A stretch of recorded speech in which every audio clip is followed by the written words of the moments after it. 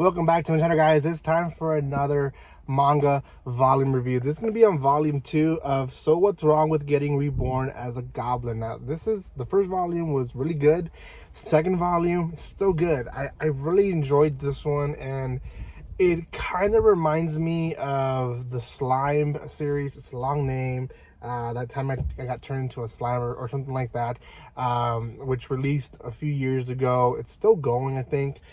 This one kind of has the same vibe to it, and I've really enjoyed it so far. So before anything though, if you haven't done so, check out Yempress. Yempress did send me this copy for me to review for you guys. There is at the time 2 volumes, so check out volume 1 review if you haven't done so. This is volume 2. Also, if you want to further support the channel and Yempress, make sure you guys are commenting, liking, and sharing on this video, because that helps both me and the company. And thank you for them again for sending this. If you haven't done so by now, subscribe to my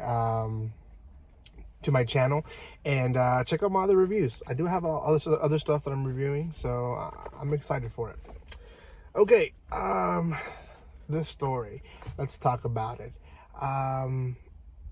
It follows Akira, who used to be a salesman, I think, or salaryman, who got reincarnated as a goblin. And essentially he has a special power where as Goblin dies, he can take their powers. And this is actually within the Goblin Society, they can do that.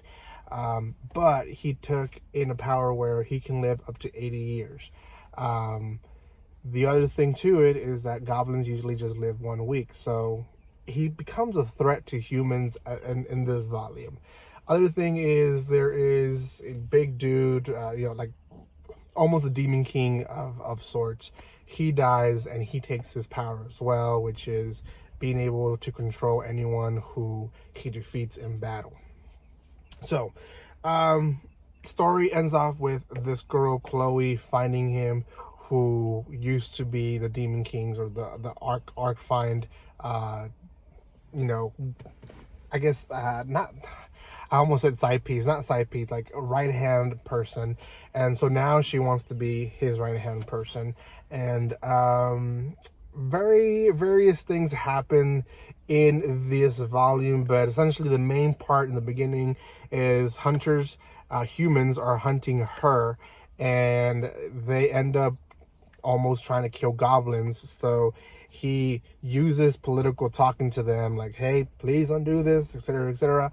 Once it's very clear to Karen, which she's here in the back, that who's guarding him, that he tried all as possible to talk this out, then he uses force.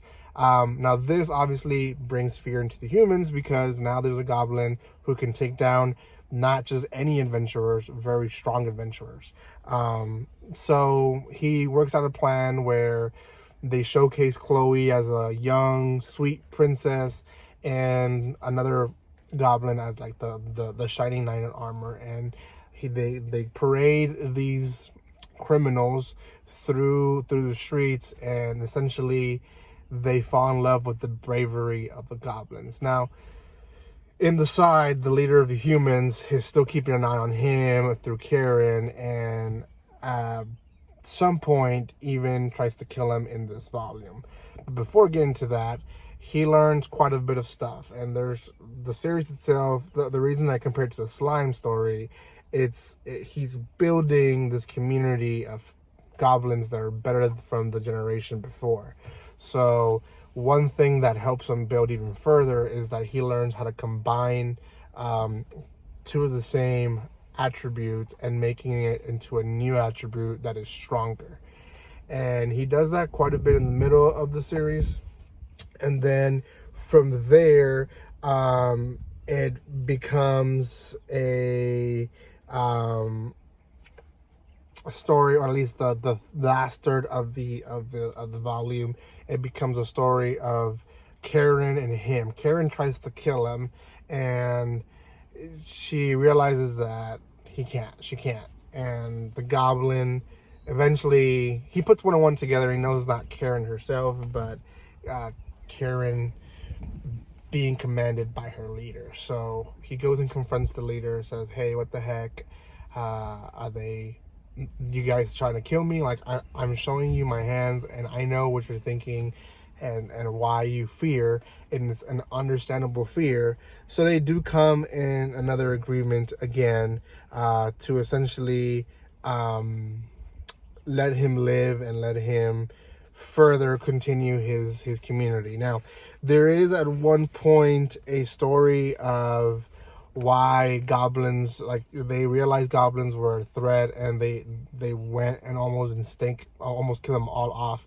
One goblin was left only in the entire world, and this goblin had this power where he was almost basically immortal. So what this one goblin did is, first he ravaged, he killed a bunch of humans, but then secondly, he started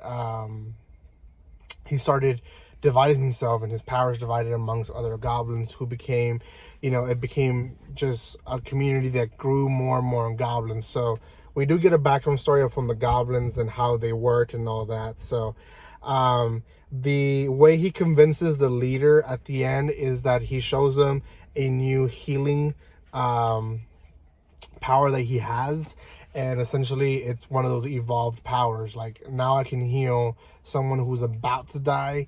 I can heal him to almost perfection, and he shows it by almost killing a bird and then reviving it, essentially. The volume ends with this character being introduced.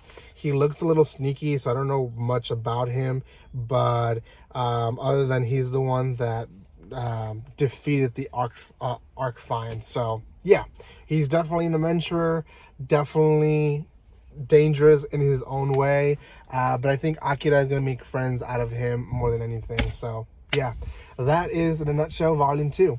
Out of 10, this story deserves definitely a 7. I think it's doing a great thing. It's building its community and its side stories little by little, and they're not introducing so many characters at the same time where they could. So I really enjoy that. I can keep up with it. So yeah, out of 10, I think it's a 7. Let me guys know what you guys think in the comment section below. If you haven't done so by now, make sure you subscribe to my channel. Give some love by commenting, liking, and sharing. Check out the Empress, and thank you again for them sending me a copy. Check the description below with that link again. Buy some cheap manga and light novels. Be wise with your money. And thank you again. Like always, don't be strangers. See you guys.